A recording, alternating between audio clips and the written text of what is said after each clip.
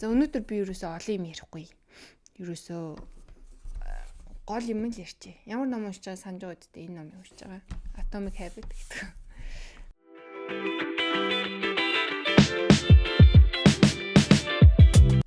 За ерөөсөө ингээд энэ бүлгээс миний ойлгосон зүйл яг юу байсан гэдгээ л ярьчих.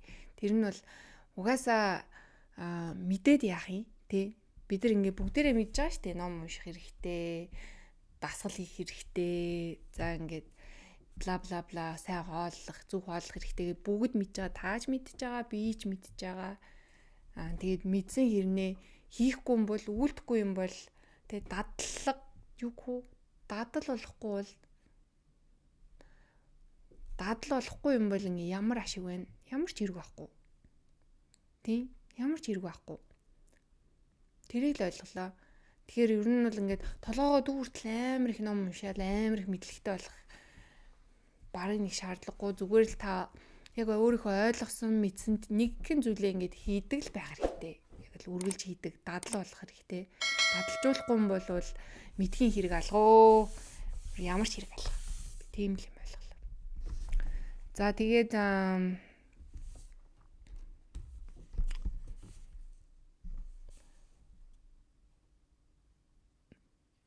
за энэ дээр ингээ гарч байгаа бид нар биш үү те өмнөх дугаар дээр ингээд гарсан штэ. Аливаа нэг дадлыг хийх өөрчлөх хамгийн зөв арга нь юу юм бэ гэхээр өөрийнхөө хинбэ гэдгийг л олж мэдэх. Өөрийнхөө хинбэ гэдгийг тодорхойлох гэж байгаа байхгүй юу. Тэгхийн болвол танаас дадал аяндаа зөв дадлууд аяндаа гарна. За би энэний жишээг болохоор нэг жишээ бодсон юм аа. За хэрвээ та штэ те ерөнхийлөгч байсан бол өөрийгөө та улсын ерөнхийлөгч гэж төсөөлөе л дөө.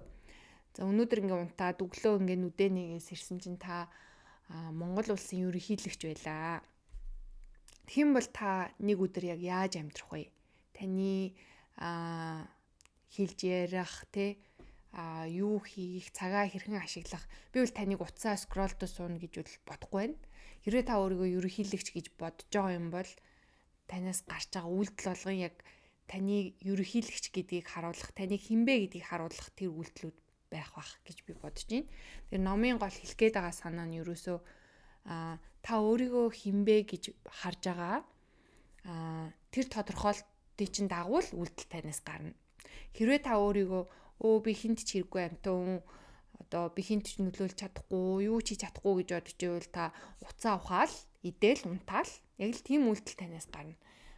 Магадгүй яг нэг найз чинь таныг ятгаад за хоёлаа жимд явъя, хоёлоо дасгал хиймээ гэд ятгсан байж болох юм. Магадгүй тэгхийн бол та 1 сар явж магадгүй 3 сар яваад тэгээ зайл боли тий шал хэрэггүй юм байна.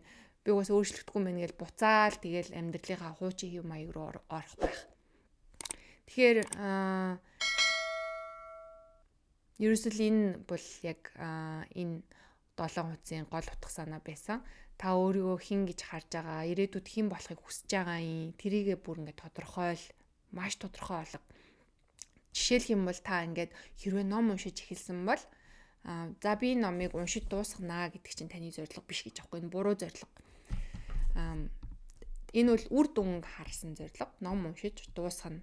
Гарах үр дүн байгаад харин би ном уншдаг хүн болно. Тэ би ном уншигч болно гэж зорих юм бол зөв зорилго. Тэгэх юм бол таны identity буюу хинбэ гэдэгтэй чинь шууд холбогдож байна гэсэн. За бас та гүүх гэж байгаа бол за би гүйдэг болно гэж гүүх юм бол бас буруу. Би runner гэдэг ч одоо монголоор юу гэх юм гүйлтийн тамирчин гэх юм уу зүгээр гүүхч болно гэж зорих юм бол зөв. За тэгэхээр ингээд миний юу ярих гэдэг юу ойлгож байна. Яа, тийм байна. За өөр юу вэ? Тэгээ бас энэ дээр нэг гарч байгаа нэг чухал сэтгэл зүйн нэг үзэгдэл эффектийн талаар ярьж байгаа. Тэр нь юу вэ гэхээр та нар өмнө нь сонсч ирсэн бах the false self fulfilling prophecy буюу одоо хуурамч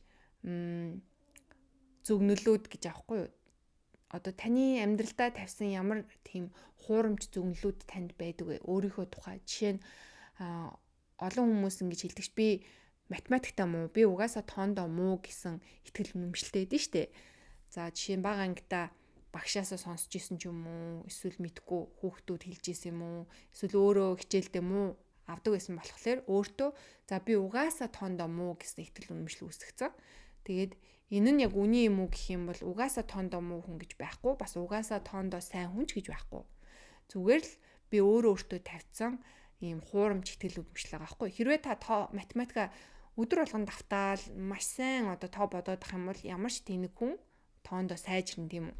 Тэгэхээр миний энэ итгэл үнэмшил нь яадаг вэ гэхээр би угаасаа тоондоо муу гэж бодцохоор тооны хичээл орох үед автоматар би тархиа хаагаад ерөөсөө би ойлгохгүй байна. Би угаасаа хэл сурдаггүй гэд ботцсон юм чинь хүн танд хэл зааж исэн ч гэсэн тань сурах хүсэл төрөхгүй, тэр үгийг цээжлэхгүй, тэгээ ярьж чадахгүй. Тэгээ угаасаа ярьж чадахгүй байгаа юм чинь хүн юу гэж бодох вэ гэхээр тэр нь баталгаа нь олж өгдөг.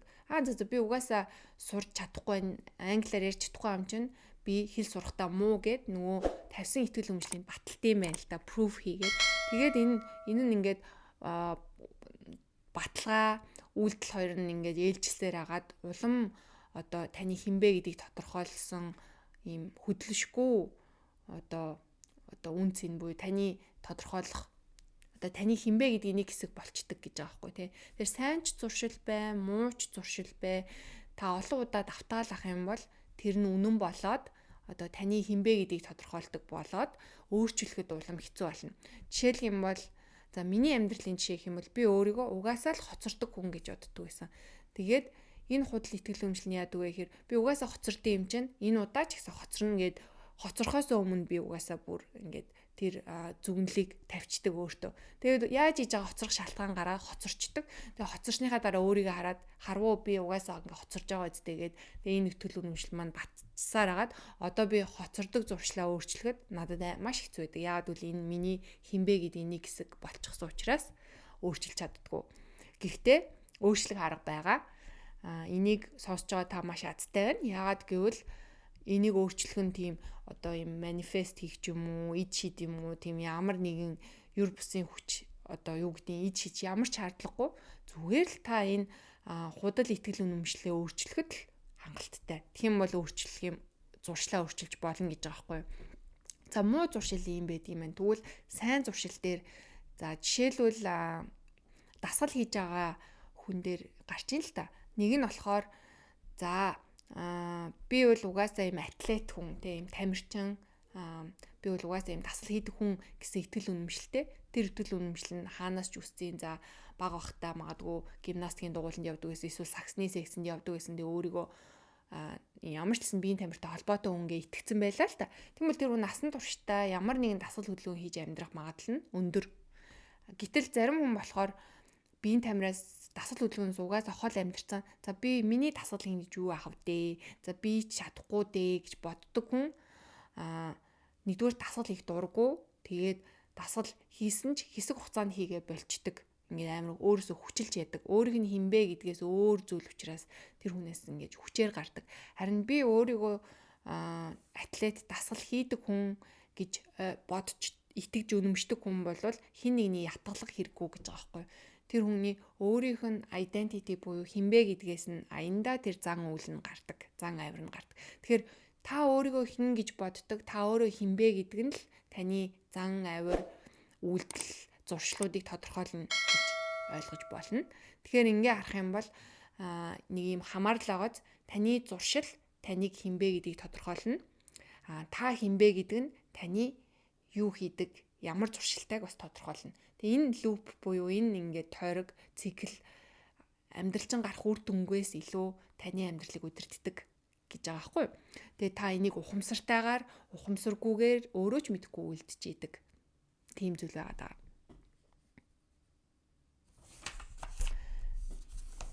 Заавар марцсан сансан юм юу вэ? За ер нь бол бид нар ингээд өөрийнхөө хамгийн best version бай, өөрийнхөө хамгийн дээд хувилбар болж хөгжиж гээд байгаа шүү дээ, тий.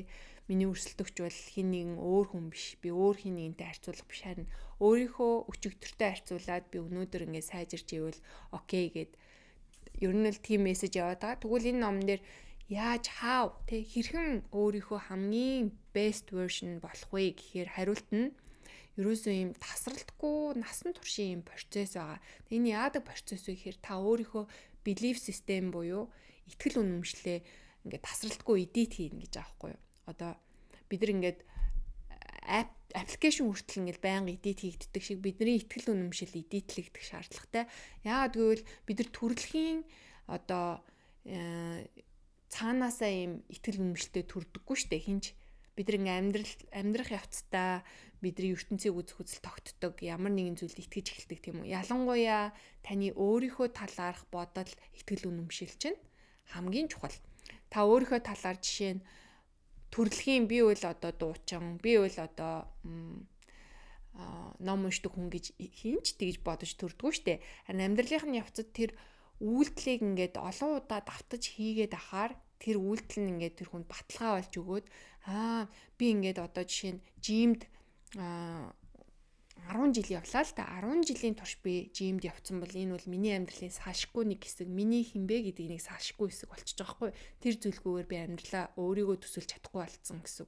Жишээлбэл тэр proof дээр нь өөр юу гэж болох вэ гэхээр цаг хугацаанаас гадна жишээ нь та цасан шуурганаар одоо өвлийн ид 9 болж байгаа шүү дээ. Энэ хүүтэнд та өөрийн 5 цагт босоод жим руугаа явж байгаа бол тэр үйлдэлийг хийж явахдаа зөвхөн таны action буюу үйлдэл биш. Тэр үйлдэлийг хийж явах хувьд таны дотоод хүн чинь өөрийгөө ингээд хараад вау гэд ингээд биширдэг гэж аахгүй. Би хараа өөрийн 5 цагт хар цасан шуурганаар дасгал хийж штэ гэд ингээ өөртөө итгэж үнэмших, итгэл үнэмшил нь илүү хүчтэй болж өөртөө итгэлтэй болдог. Би бол үнэхээр одоо тийм тамирчин, би бол үнэхээр зоригтой, шийдэмгий, тууштай хүн юм байна, зоригтой үнэнч хүн юм байна гэд ингээд итгэл үнэмшил нь батчдаг. Ингэж ирснээр тэр хүний одоо identity буюу би хин бэ гэдэг нь хүчтэй болохын хэрээр тэр хүнээс гарах тэр сайн зуршил нь бүр одоо хүчрэхэг болдог гэж хэлж болно. За миний яриад байгаа санааг ойлгож байна уу те? Гэтгүү. За өөр юу вэ? Өөр баг болчихж байгаа шүү байна да. Тэгэхээр таны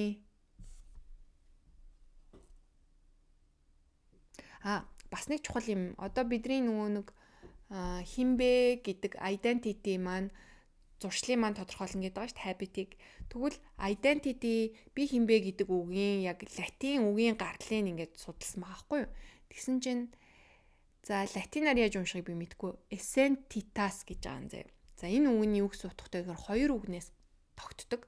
Нэг нь болохоор англи хэл дээр being буюу орших, байх гэсэн утгатай. Нөгөөх нь identity буюу repeat гэсэн утгатай юм давтах.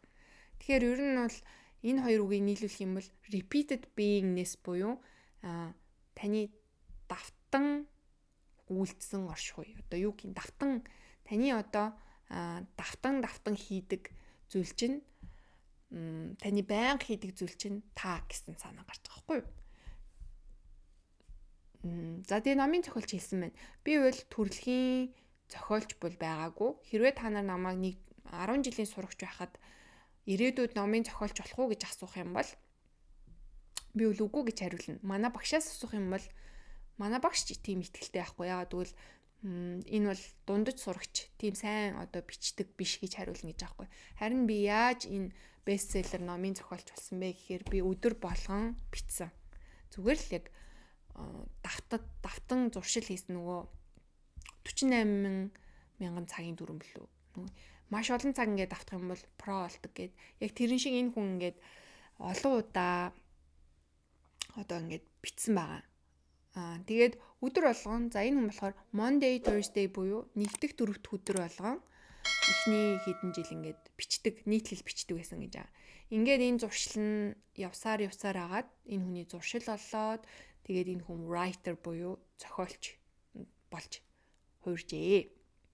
Тэр нэг удаагийн үйлдэл биш, таны давтан хийсэн, байн хийсэн үйлдэл чинь таныг одоо тэр ирээдүйд хүрэхийг хүсэж байгаа хин нэгэн чинь болгож тэр тэр хин нэг чинь болгож хувиргаж чадна гэсэн утгатай. Маш хүчтэй.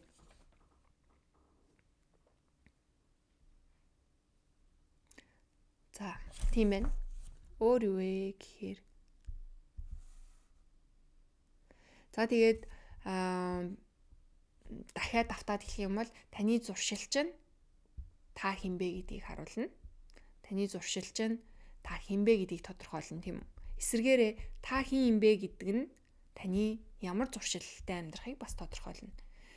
За, ингээд зорилгоо тавихтаа бити мартаарай. За, би номыг уншиж дуусгана. Жилд би тэдэн ном уншина гэхээ оронд үр дүн зорилго дээр анхаарахын оронд харин би хинбэ болох вэ гэдэг, хэн болох вэ гэдэг дээр анхаараарай. Би зохиолч болно, би ном уншигч болно. Би дасгал хийн биш, би дасгал хийдэг хүн болно, тий. Би гүүгч болно, тамирчин болно гэдэг ч юм уу. Ингэж яг хинбэ гэдэг дээр анхаарлаа фокусаа хандуулах юм бол тэр үр дүн бол тийм чухал биш. Үр дүнг та харахгүй байсан ч аяндаа таны амьдрал чинь ингээд зөв голдрал гэдэг те голдрал руугаа ороод үр дүн бол зөвхөн одоо дагалдах бонус нь болж гарч ирнэ. Тэгээд та яг л тэр хэн болохыг хүсэж байгаа тэр хүн шиг амьдрнаа гэсэн үг. Тэгээд та өнөөдөр гэрийн даалгавар бий юу гэхээр өнөөдөр та хэн болохыг хүсэж юм те. За, мэдээж бүх хүн ерөнхийлөгч болохгүй.